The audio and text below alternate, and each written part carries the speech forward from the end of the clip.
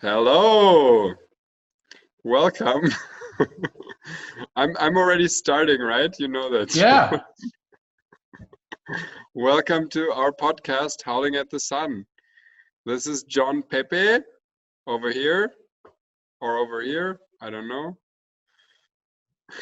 And And this me, is this is Tobias Radish. Did I say yes, it right? Is that right? yes, You know what? I never say your last name, and you yeah. definitely never say mine right. So it is not Peepee, folks. It's not.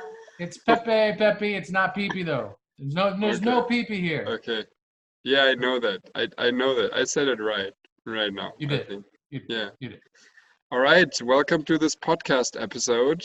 We're a little bit blasted away still. We just talked about that by the last full moon.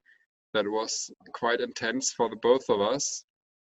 But we're here for another episode and we're showing up on time. And we're going to talk about two exciting topics today and an exciting video from Teal Swan, who is, What what every woman should know about men, yes, or needs to know about men. It was phrased both ways, both on the video, in the video, on the side of the video, on top of the video. Yes.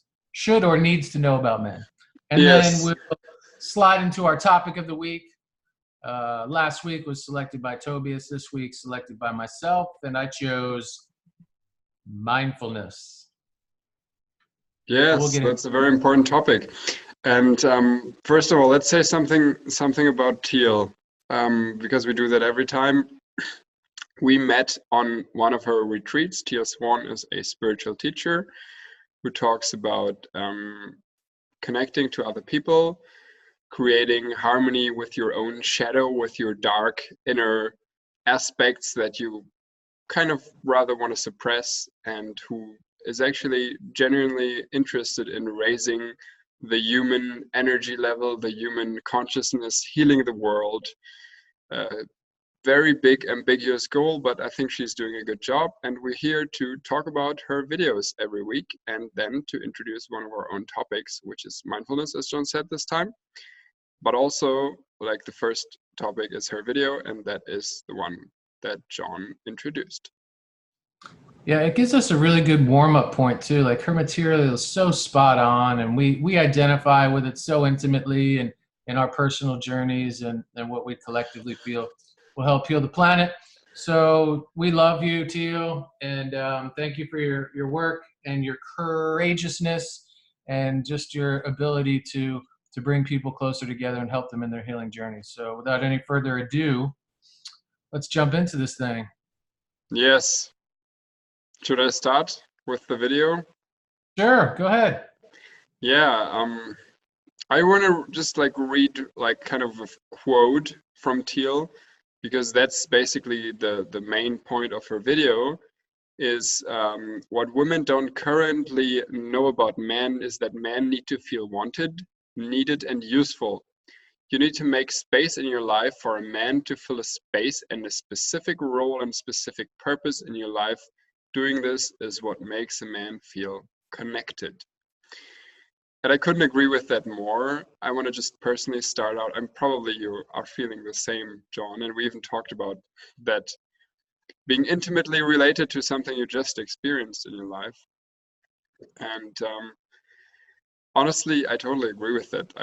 There's no point in which I wouldn't agree with that. And it's so difficult sometimes as a man today in this world today to get in contact with women when all that some women send out is the vibe of I'm this super independent woman who doesn't need you at all, and basically you are useless and men are useless in general.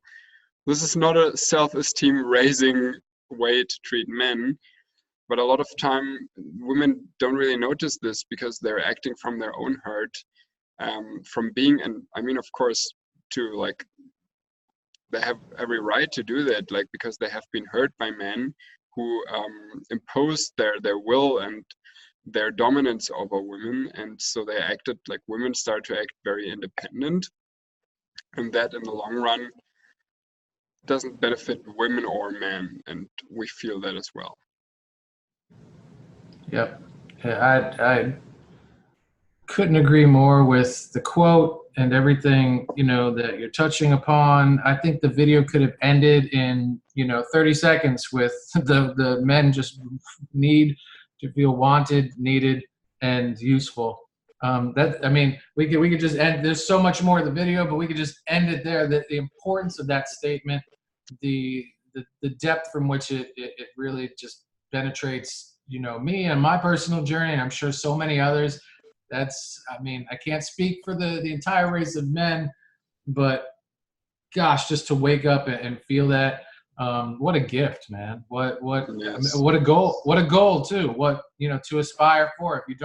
If you don't have it, that doesn't mean in the relationship that you currently have, you can't have it.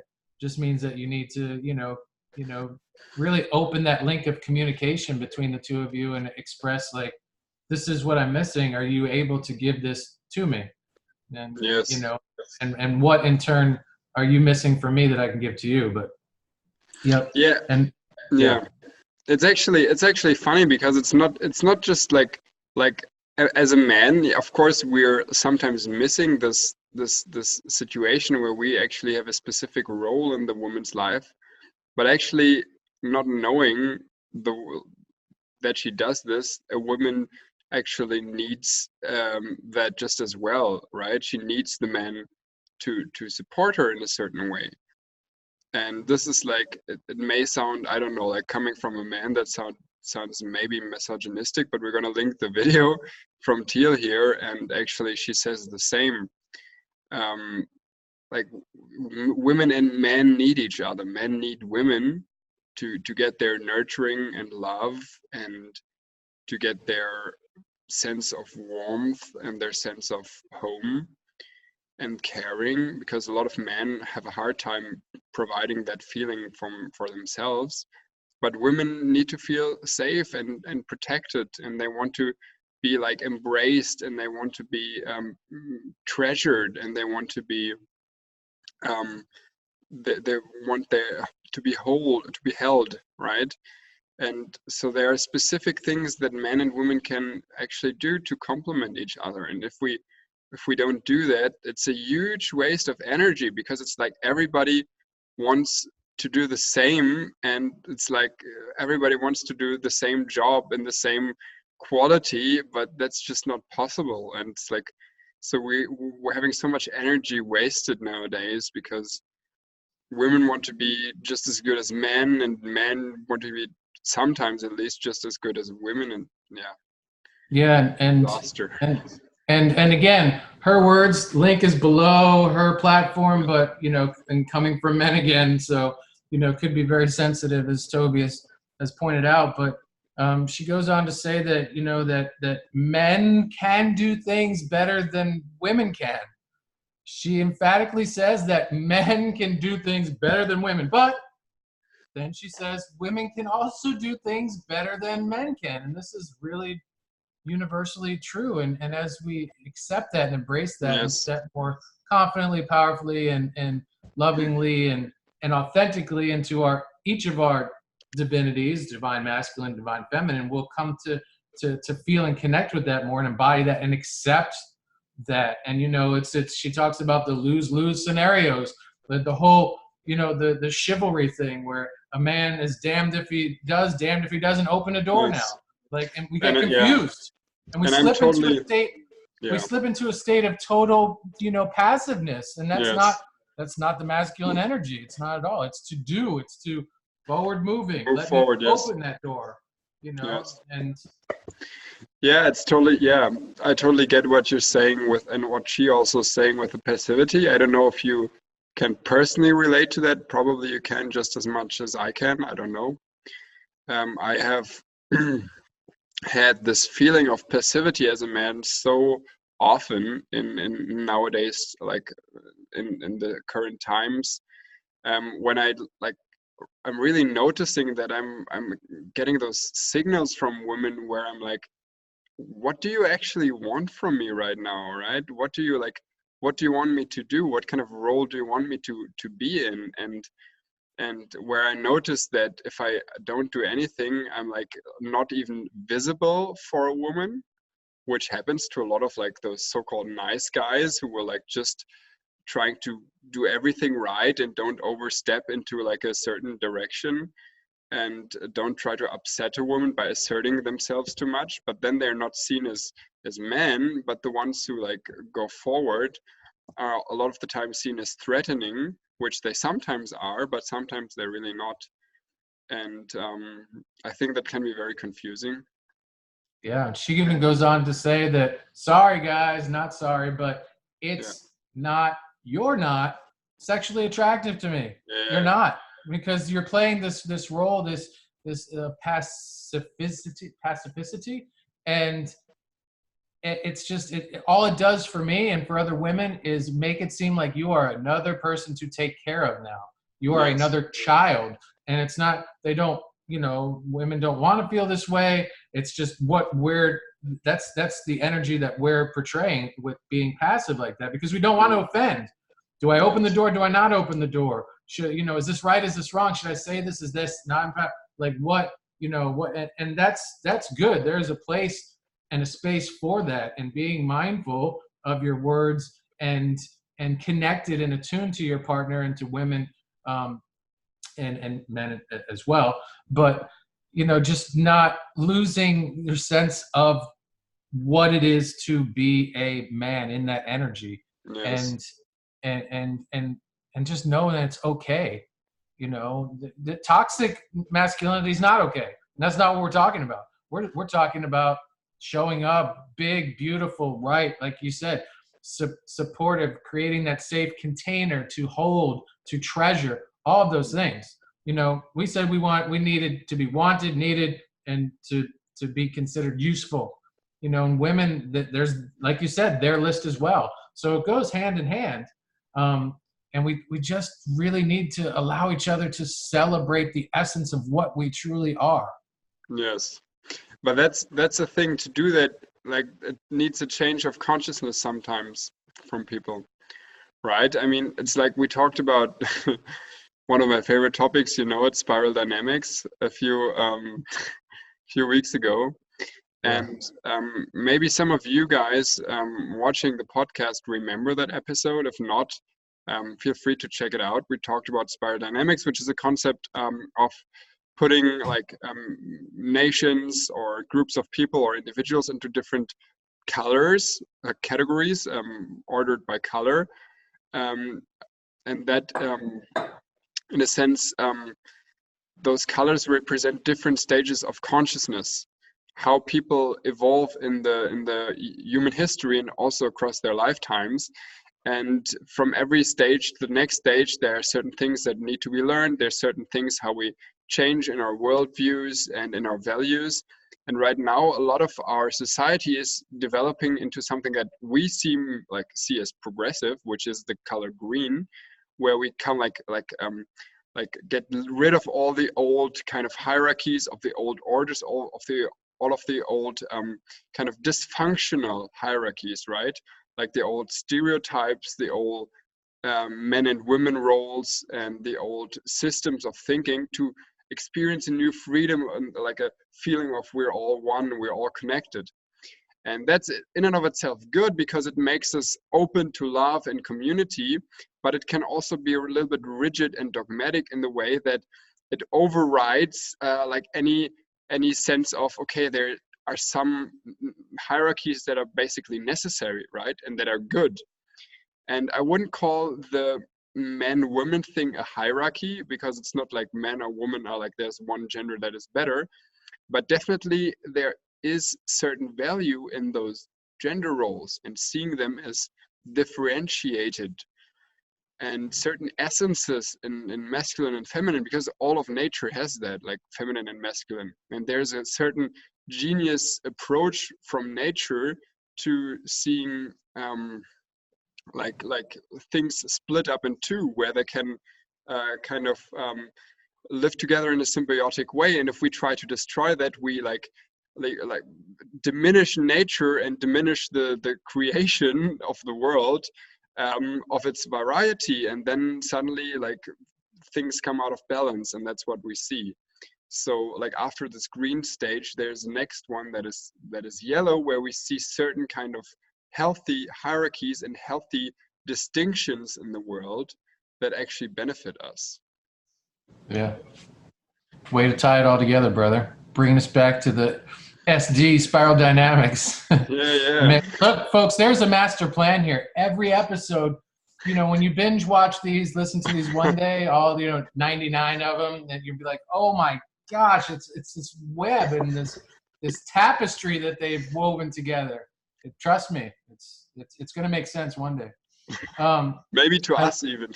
Yeah, who knows? Hopefully. So yeah, she goes on to saying, and again, the link below, disclaimer.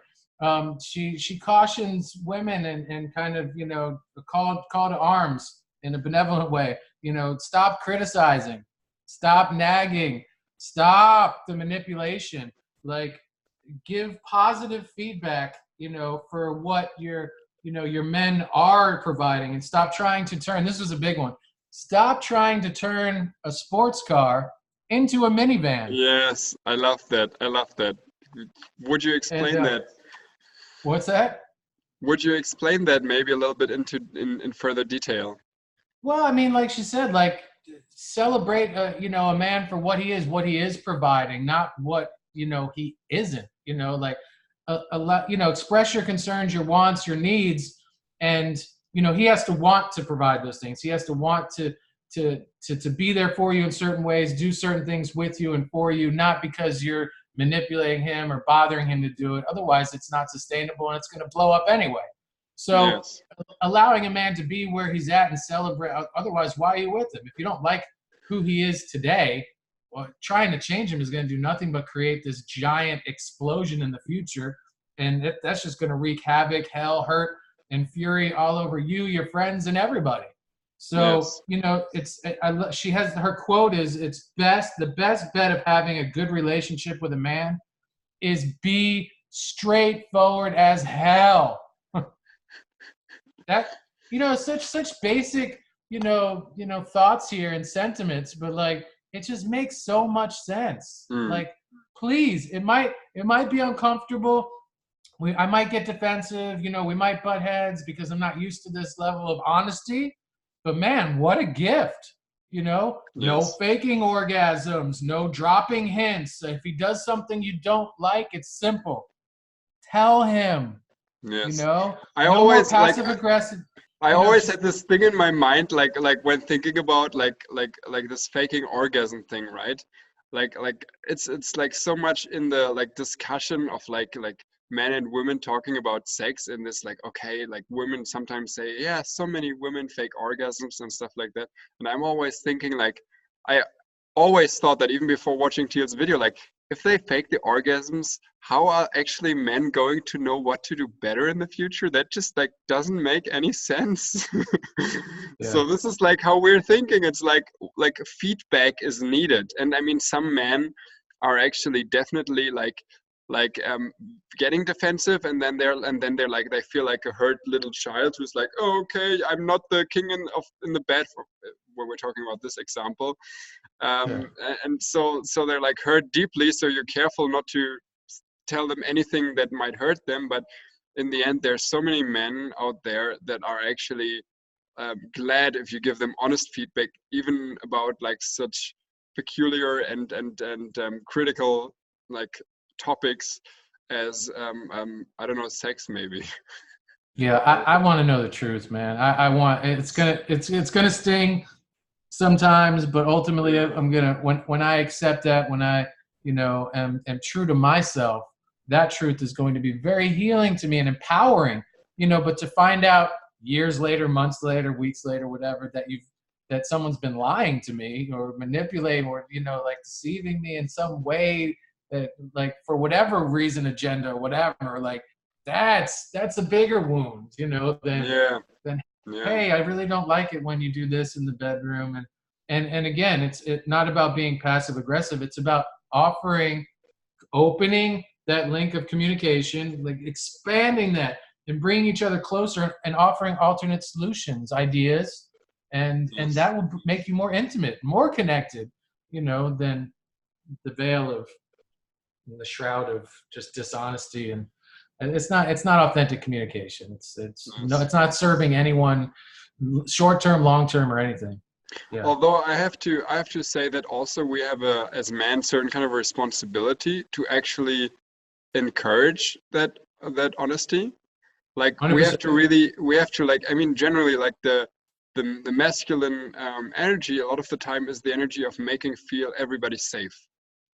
And that includes making a woman feel safe to honestly give feedback to us and make her feel like she can do that without us like going into the like ceiling and okay, that was a German expression. I'm talking about like exploding and Yes. maybe like reacting like a little boy. That's that we have to actually own that and own our state when we're like being criticized and given honest feedback, right? And I'm so glad you brought that up, man, because again, it's not us against them, or you're right, you're wrong, or you have more to work on. We're all, no one's higher or lower than the other yeah, person. We're all in this together, and that's so well said, Tobias. Like it can't happen unless we do our job. yeah, It can't. If you're not, I've personally painfully witnessed that and learned the hard way in relationships, but now yeah, I see it and value it and I'm more aware of it than ever and thankful for those past experiences, and now can feel better, when those things are coming up, because I'm like, all right, look, or if they're not coming up, it's an instant, way for me a flag for me to say, hey, what are you not providing for her that she's not, or you ask the questions, hey, this, that, and that, and I don't know. So everyone typically always knows the answer to a question, right? yeah, It's a matter of, do they feel safe and that it's okay to share those feelings and those yes, ideas. And yeah, again, very, very unfortunately learned that the hard way. And so all my past relationships and experiences, I offer sincere and eternal apologies for not being there the way that you needed me to be. But I've now learned how to better be there, for women and men. yes, Um, yeah, of course. Yeah, I wanted to add in the sense that we actually value like the words we preach as well, and to not only criticize, because it can look that we're like just criticizing women. It's generally supposed to be like in kind of a hint towards how men work, all the things we talk about, all the things Teal talks about. And I also want to express that there are actually quite a lot of women in some places in the world more than in others that actually do understand this, that men want to have a purpose and want to have a role, and that are glad to give this purpose and role to men. Like I have a personal example of my ex-girlfriend who uh, maybe you're watching this as well, that would be funny, who was actually with me for a little bit more than half a year, and we broke up for certain reasons. And then she's from Spain. She came back to Spain, and we decided for a while to not talk to each other, and then we started to talk to each other again. I think John, you're a little bit your picture stopped there. John, can you hear me? Okay, I think John is a little bit tuned out now, so I might just continue talking. And when we started talking again, I really felt this sense that like she wrote me a message that she actually wanted.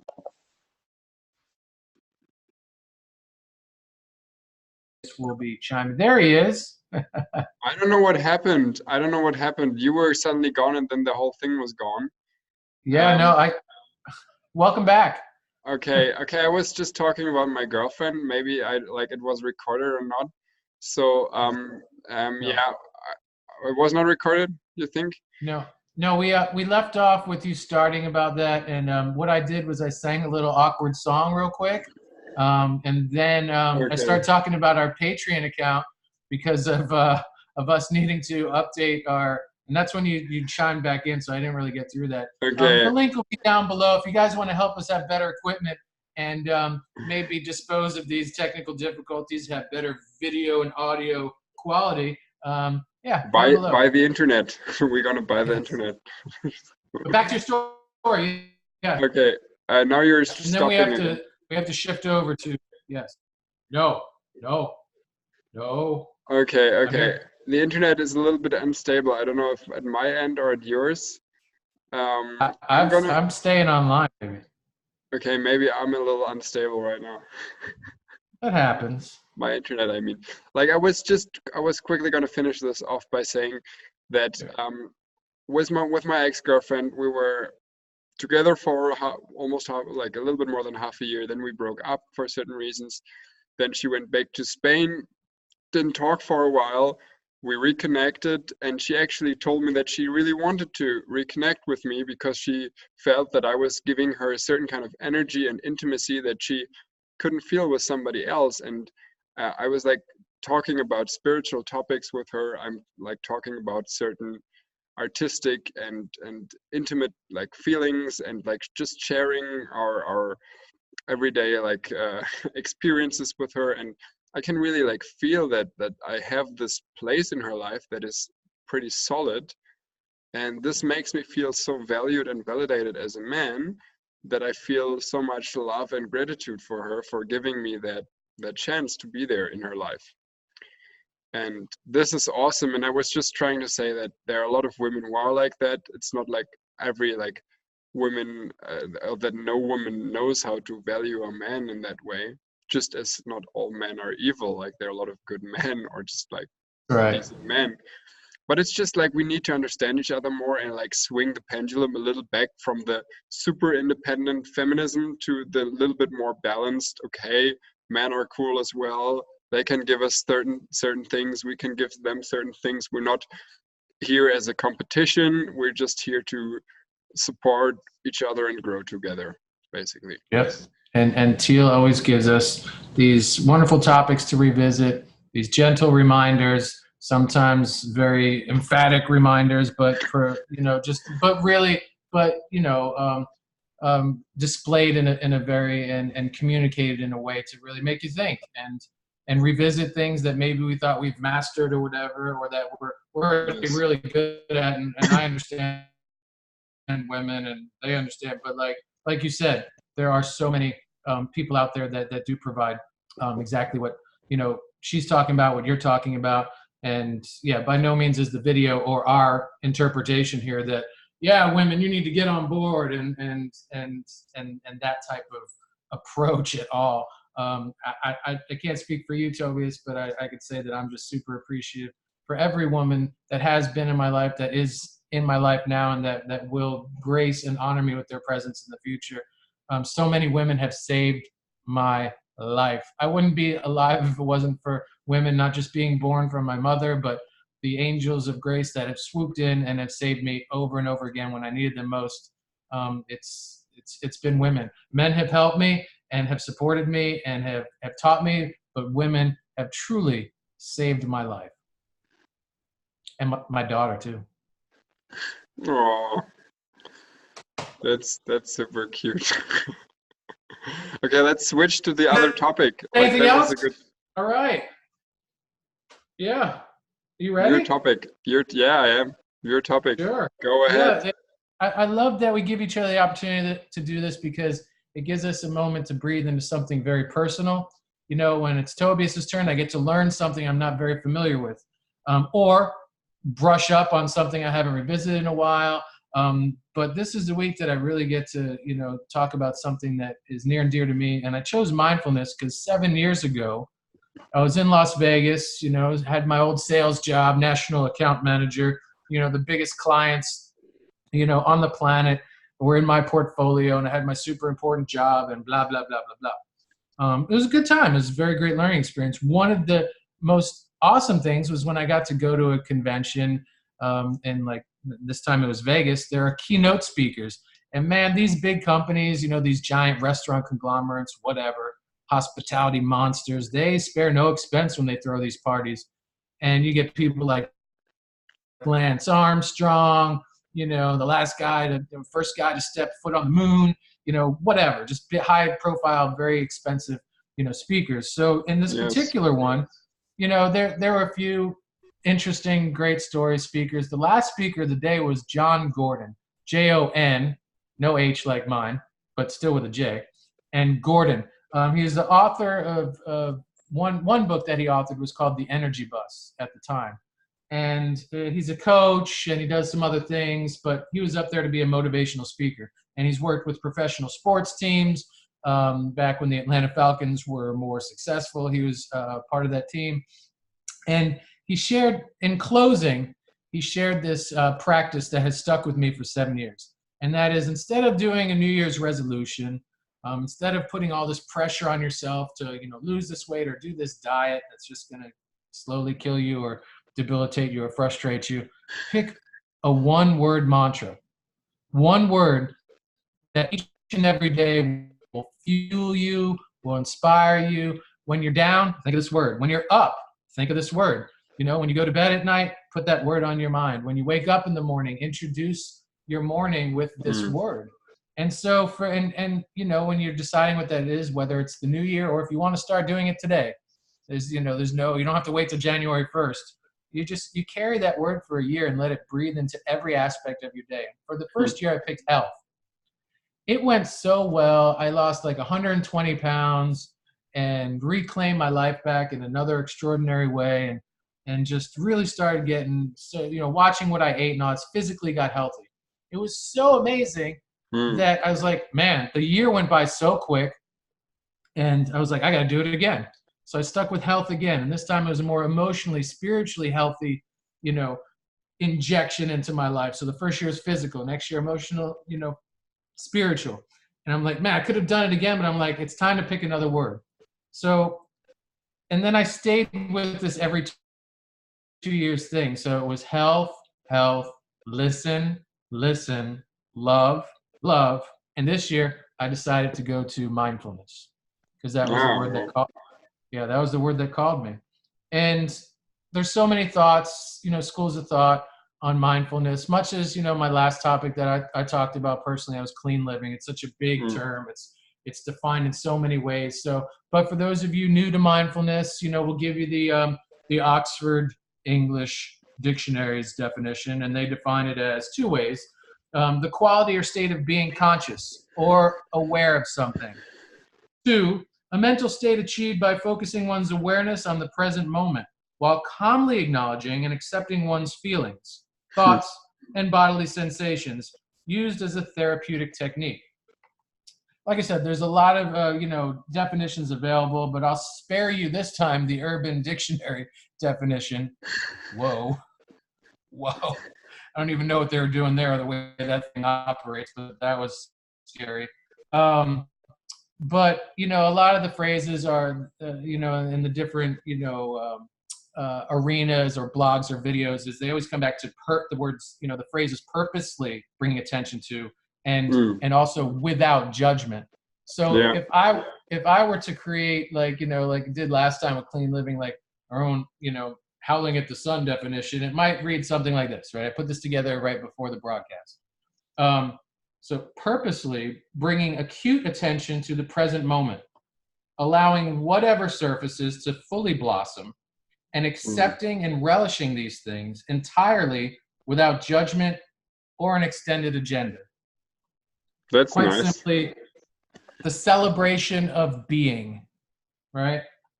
So there's the quick introduction to mindfulness, the definition, how it came to being an important topic for me today. So I've carried that word with me for 7 months now. Is that what it is? January, February, March, April, May, June, July, August. Wow, we're 9 months, going to 10 months. And again, this year is, this is the point where I'm like, oh crap.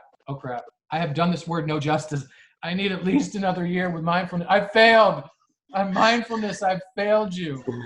So, that was another great reason for me to introduce this today, was to actually re-emphasize it back into my practice as, hey, dude, this is your word. It's time to get mindful again. So, yeah, before I go on, do you have any mindfulness, questions or thoughts that you wanted to share or anything? You want me to keep going? Yeah, I mean, I'm not completely new to the topic of mindfulness, and first of all, I think you did a really great job on summarizing what it means to you. And the second thing I wanted to say is that it's so funny how like we're in the spiritual circles and think we know a lot of things and know how to be mindful and stuff like that, but then it's so easy to slip back into the traps of like judging yourself fully and like being hectic and not acknowledging the moment. Like it's just like that's why it's a lifelong practice, because it just doesn't go so easily, right? And Yeah. the world we live in does not encourage mindfulness at all right now. So very well put, sir. So eloquently stated, and thank you for sharing that, because it's so. I was giving you poetry snaps if you didn't see it, man. But so as I open myself into this world, even before this year, my first introduction to mindfulness came several years ago, and I think one of my teachers had gently prescribed that I look into Thich Nhat Hanh, and that's Oh yeah. he's a Zen master, spiritual leader, Vietnamese Buddhist monk, peace activist, prolific author, and so his first name is spelled Thich. It's I believe it's pronounced Thich Nhat Hanh. We can put a link below to one of the things that I'll read from later. If you've not had experience with him, highly suggest seeking out his readings, his teachings, his content. And the first book that I picked up, I went to a Barnes and Noble. I was just like, there were so many. I was like, wow, I had no idea how many books he had authored. And the one that called out to me was really a placid blue and white, like a cloudy, like landscape on the cover, and just like soft and welcoming. And it was called Peace is Every Step, the Path of Mindfulness in Everyday Life. Hmm. And so as I opened that book and other books on the shelf, I was like, wow, they were all like little puzzle pieces. Like each page was its own chapter. Basically, it was just like little poems, if you will, right? Things to consider, and so easy to read. You don't have to pick it up and read it all at once. You can just actually rent, and you don't even need to start from the beginning in a lot of his books. You can just open a page, and say, this is my message today. And Yeah. it's neat. Amazon describes, like, real quick, as being dirty. They say about the book, dirty dishes, red lights, and traffic jams are spiritual friends on the path to mindfulness. For him, a ringing telephone can be a signal to call us back to our true selves. And so it's really getting like the simple common things in our life are all sacred. They're all so very, very, every moment, every breath, everything, every bird, every breeze, every comma, every period, everything is so equally important if we pay Hmm. attention to it and give it that mindfulness in the moment, and are able to detach from the past, release ourselves from worry of the future, and just be here now. Hmm. Yeah. And in this particular book, he talks about these things called gathas, Gathas, which are like songs or verses. And this is an interesting practice to bring into the mundane, like routine things that you have to do every day, like doing the dishes, brushing your hair, cleaning the litter box. One very specific example that I can bring note to is brushing your teeth. And instead of getting lost in the chores of the day that are ahead of you, what your boss needs you to do, or last night's argument with your girlfriend, it's a call to bring attention and celebrate what you're actually doing now. And so these are things that you can create on your own, or you can use ones that are actually available and have been available for centuries. The brushing the teeth song or verse, if you will, goes a little bit something like this: brushing my teeth and rinsing my mouth, I vow to speak purely and lovingly. When my mouth is fragrant with right speech, a flower blooms in the garden of my mouth. And Whoa. it's quite lovely. It brings poetry to brushing your teeth, and and and you can really break it down even more after your song. Maybe you start your practice that way. Maybe you finish it with the verse or song. Maybe you're not into the poetry of the song, and you're really you connect with each step of the process. You're turning on the water.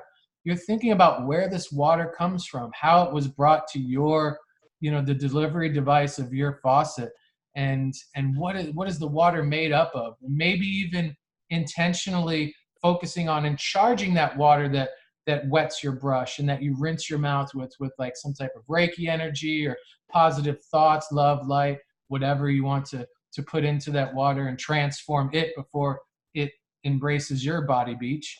And then the toothpaste, maybe thinking about where the spearmint came from in these fields of vibrant, verdant green leaves. The person that harvests the spearmint, puts it in their satchel and brings it off for processing, and how it makes its way to you and eventually into the tube that you're pressing upon your brush. Like really tuning into the things that are becoming an intimate part of your simple experience can be profound and magical. So I got to freaking brush my teeth because I have to brush my teeth becomes, I am magically transforming the world by this process of poetically brushing my teeth, right? But I want to say something there. I think like that sound in theory that sounds pretty good and well, but the thing is that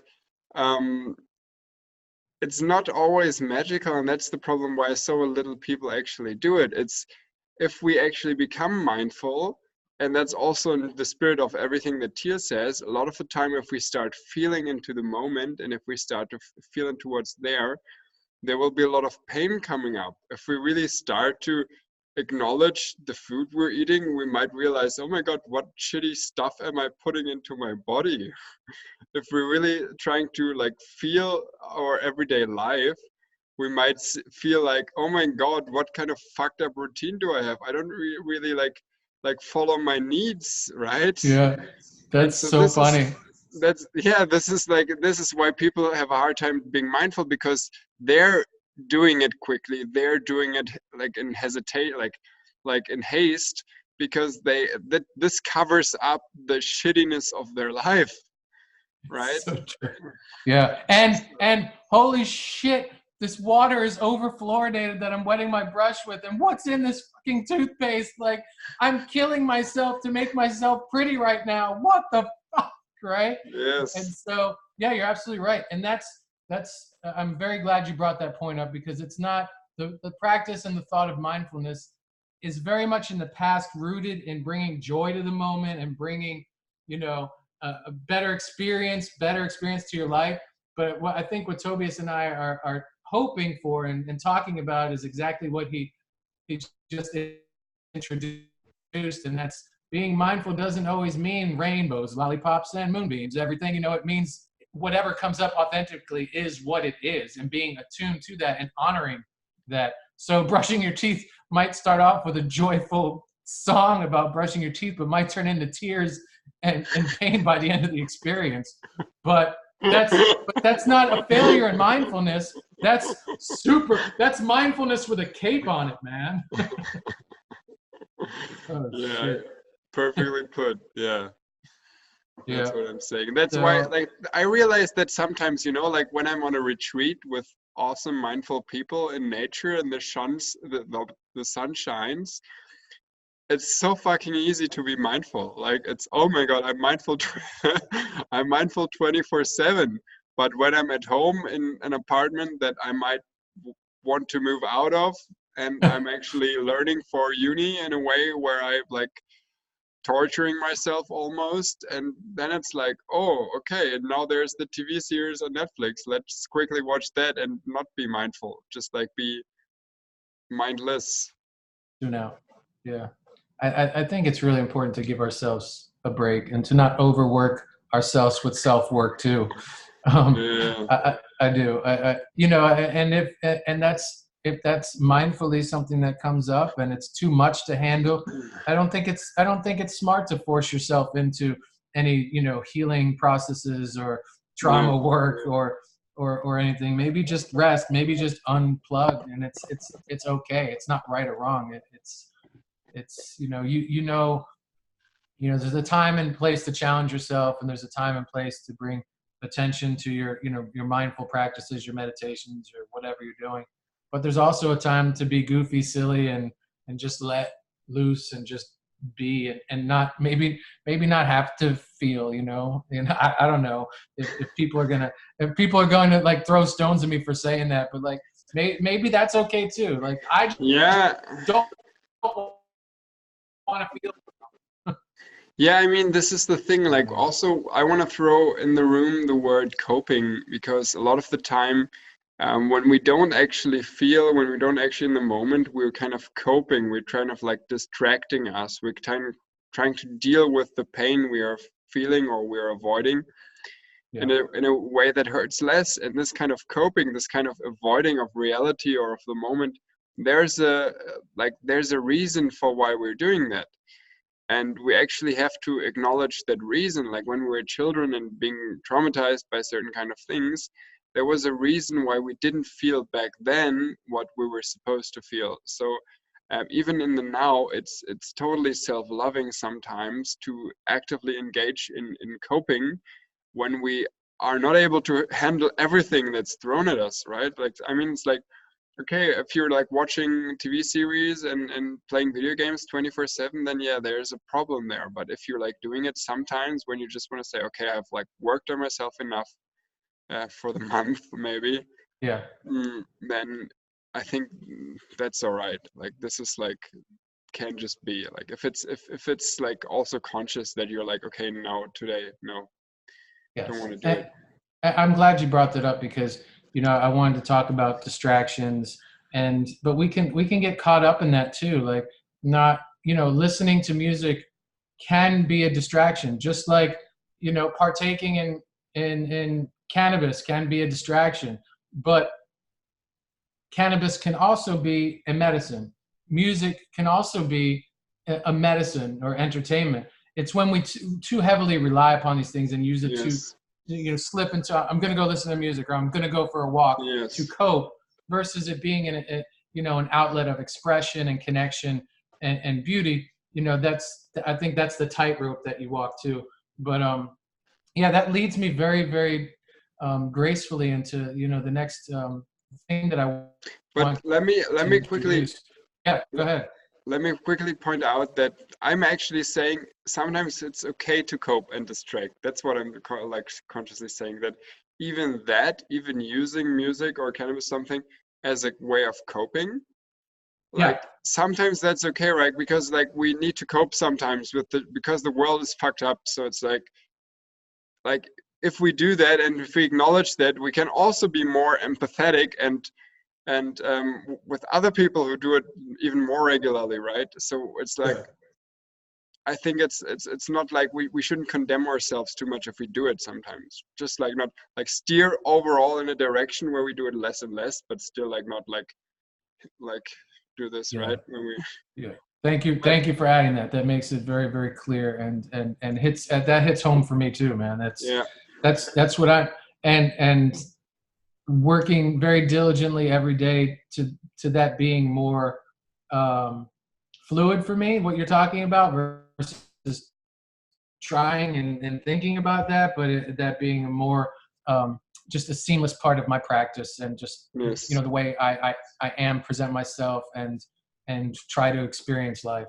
Yeah. yeah. Okay, now you Mindfulness. transition. Yes. Now you So these, a lot of these readings, teachings, events led me to creating a local event, and it was called a device-free, noble silence walking meditation. And let me break it down for you. So a noble silence, you can look. We always encourage you guys to look stuff up, of course. Do further research, because we only have a limited time to talk about a lot of stuff. So noble silences, definitely look into that. But loosely defined is no talking. So if I held this at a local botanical garden, a beautiful free park to come. It's just so amazing. But not too touristy, very almost wildlife, but not really. Just perfect, right? We the instructions were, okay, guys, you know, we don't talk to each other. That's the noble silence part. We really don't nod at each other either. And if we had kids show up too, you know, I would tell the kids, which is always a challenge, but so rewarding. Beautiful stories there too. 5 kids showed up one time, and one of the first times I did it, and they were all 8, and they were screaming. And I had these other people that were here for like silence and like just wanting peace and to see what this is all about. And like really, these kids were great, man. And at the end of it, the oldest, the daughter, she came up to me, Tobias, in tears. And she was like, I just wanted to say thank you so much for this. She's like, this was the first time in years that I was able to hear myself. Like, because she's surrounded by like 4 brothers, you know, and sisters, and being the oldest one in a house, and there's constant noise, there's constant, you know, confrontation, and mom and dad, just there's like so much. And she was so very appreciative of it. But so I would tell the kids, you know, we don't point to things like, oh, look, there's an owl, you know, with a snake. As brilliant and as amazing as a once in a lifetime experience it is, we do our best to just be in the moment, honor everybody's silence and our own, and just walk. And so the device-free part becomes the biggest part of this. And the device-free element is no phones, no jewelry, no, you know, no hats, you know, unless you have to, no crystals, no car keys, no wallet. If you can put everything in the trunk of your car aside from your car keys, and if you can even get rid of those somehow, keyless entry or whatever, please do that. Anything that draws energy or attention to you, you know, that, oh, I might lose my wallet during this walk, or, you know, a hair clip, because a hair clip is binding something. And so device free also means no chewing gum, no twisting your hair, because that in and of itself is a device. It's a coping, you know, you and I are both doing it right now, right? So we're, you know, we're thinking, or we're up in here versus here and flowing. And so the device basically is a distraction. And so I would encourage people, you know, even though we're in a public park, to show up as naked as possible without, you know, getting arrested, of course, right? And with that, we would just release. Sometimes people would say, and we do it for an hour. I was the timekeeper. I eventually wanted to get like a little hourglass, so I didn't have to have a device on myself as being the leader of this device. But then I would explain to people, guys, I have to have something to keep the time. So, you know, sorry, that's just the way it is. Until someone wants to donate a really cool hourglass we could put on top of my van, but we never got to that point.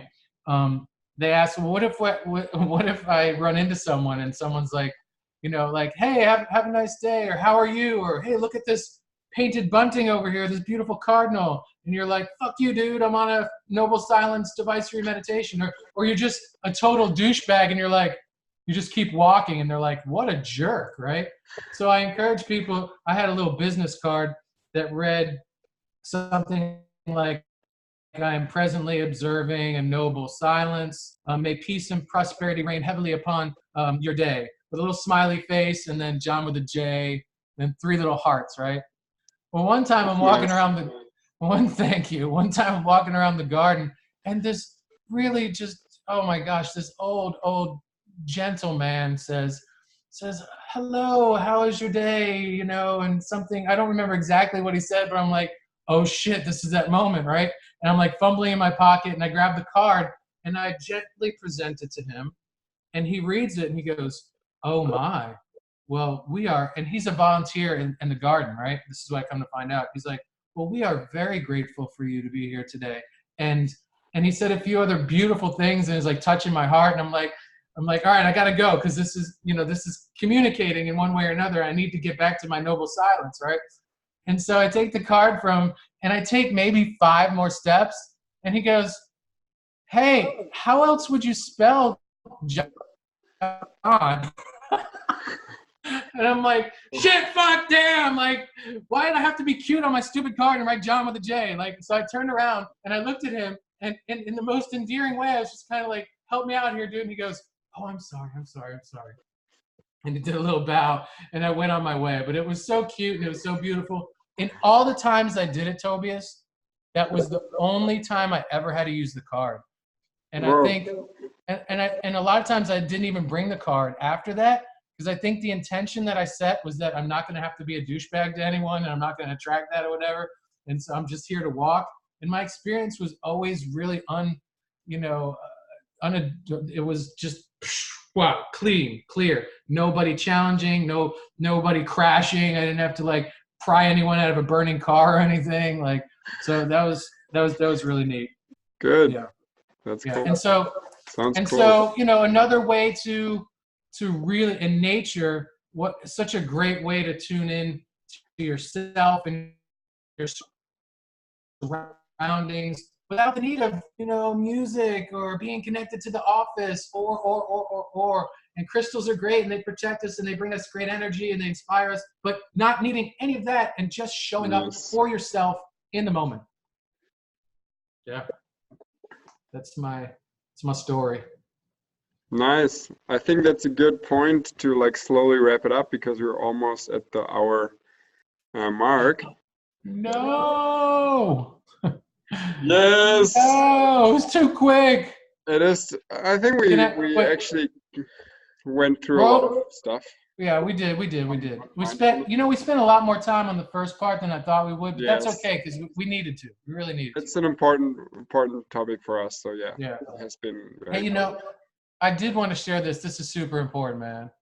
If it's okay. It looks like we got like 3 minutes or so. So it'll only take me like 30 seconds. Is that cool? Do that, yes. Thank you.